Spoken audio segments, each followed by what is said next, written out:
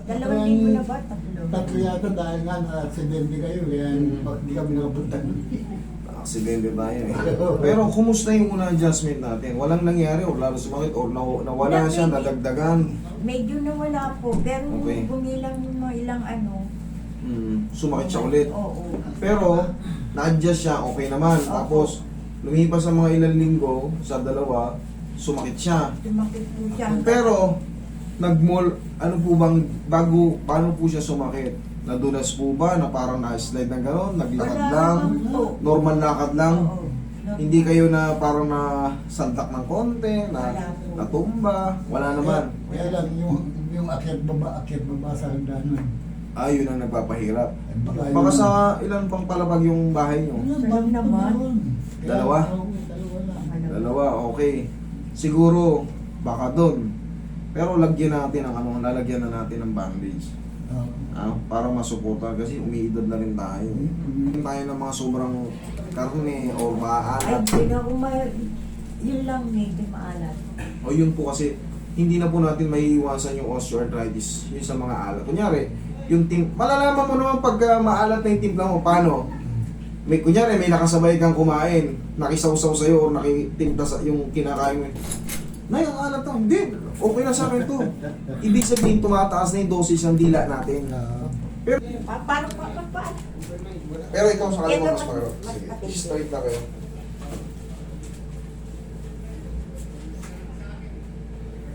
Hinihimay din, kasi nakangat eh. Hinihimay din, sasakit siya. Hindi talaga hindi makano. Ilapat mo lang. Dapat tagal. Hindi mailapat ang todo. Yun yung tinitingnan ko. Okay, nakangat siya. Sige. May siwang.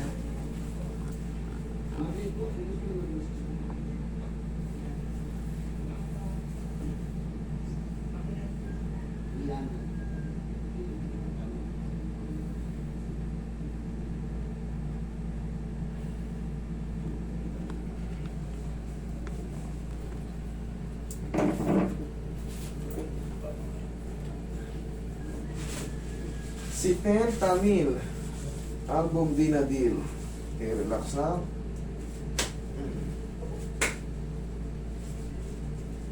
Huwag mo lalabanan. Huwag mo labanan. Yan.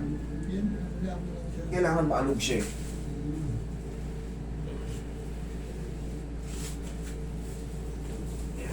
Kaya lusin muna natin ang pagmamahal ng pao. Tapos lalagyan ko na to ng ano, bandage. Daglag nyo lang, mami. Yun. Kasi pagka nakapuwersa, yung muscle, nagko-contract. Kaya kailangan, malalaman ko kasi pagka pinaplos ko na, nakatigas yan. Yan. Pag ganyan, okay yan.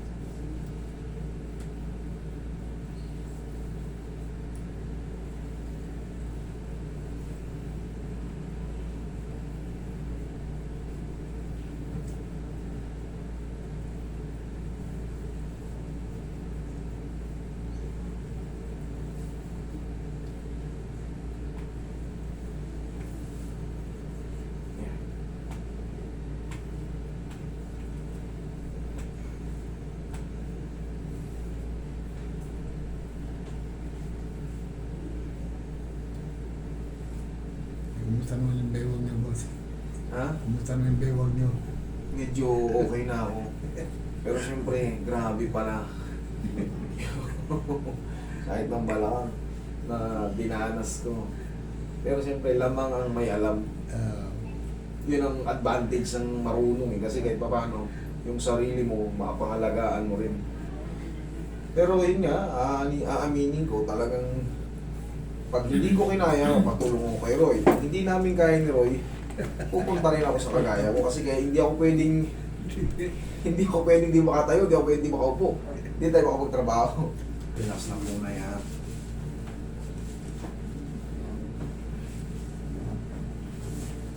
Relax na.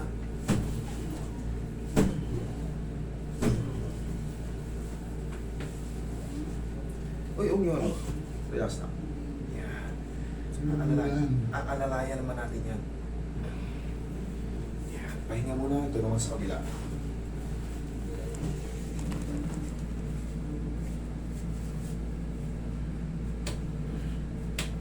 Yun. Ano to?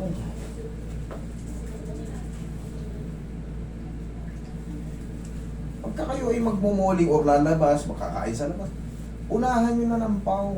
Ang laking tulong yan. Hindi, talagang magrarally na kasi. Mucha 100 plus na yung ano eh. Gasolina. Diesel eh. Sa atin lang mataas ang diesel sa ibang bansa, hindi gaano. Sa totoo lang, sinamantalo lang eh. Alam mo bakit? Alam kasi nila na yung mga sasakyan natin dito, more on diesel. Diesel. Pero ako galing ako abroad eh.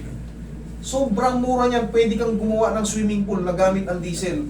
Sobrang hindi kasi pinapansin yung diesel. Truck lang ang gumagamit niyan, bihira-bihira. Sobrang mura ng diesel. Dito lang, bakit kasi? Alam kasi nila, kahit yung mga, mayroong mga SUV rito na diesel, trucks, mga, PUJ. yan, puro diesel. Kasi yan ang pambiyahe rito. Pero sa totoo lang, sa world market, napakamura na ano yan. Yung mga galing abroad, alam nyo yan. Mga diesel, sobrang mura. Kumpara sa gasolina. Baliktad na nga eh. Diba, mas mataas yung mataas diesel ang kaysa diesel gasolina. kaysa gasolina. Dito lang sa Pilipinas nangyari yan. Talo sa ibang bansa, tayong gasolina ang number 1. Oo. Nakakapagtaka kasi, alam nila yung market natin dito, mas malaki nagkukonsume ng diesel, kaya diesel ang tinataas nila.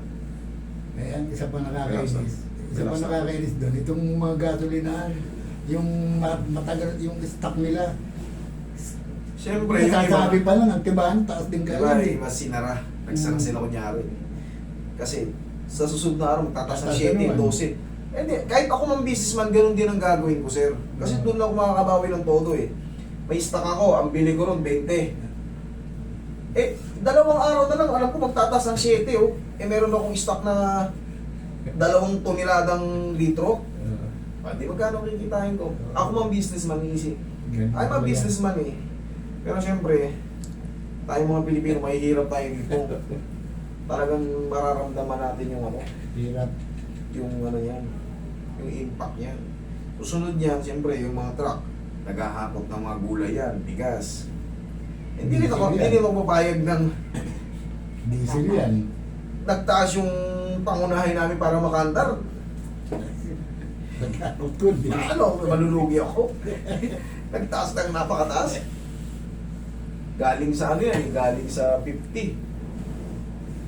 50 ano? 57 yata. Oh, 58. eh ngayon, 105. Pag bumiyahe ako, yung 1 litro ko, ini-start pa nga na ito kasi kailangan yan paanuhin pa eh. Painitin. Oh. Drum. 10 litro kagad ang muna. Testing, mami. Eh, lakat testing. Testing nyo rin sa hagdan. Pag meron pa, balik kayo rito. Ito, check. Bakit pa ba kay ma'am? Doon natin ang kuko yun eh. Lahat tayo.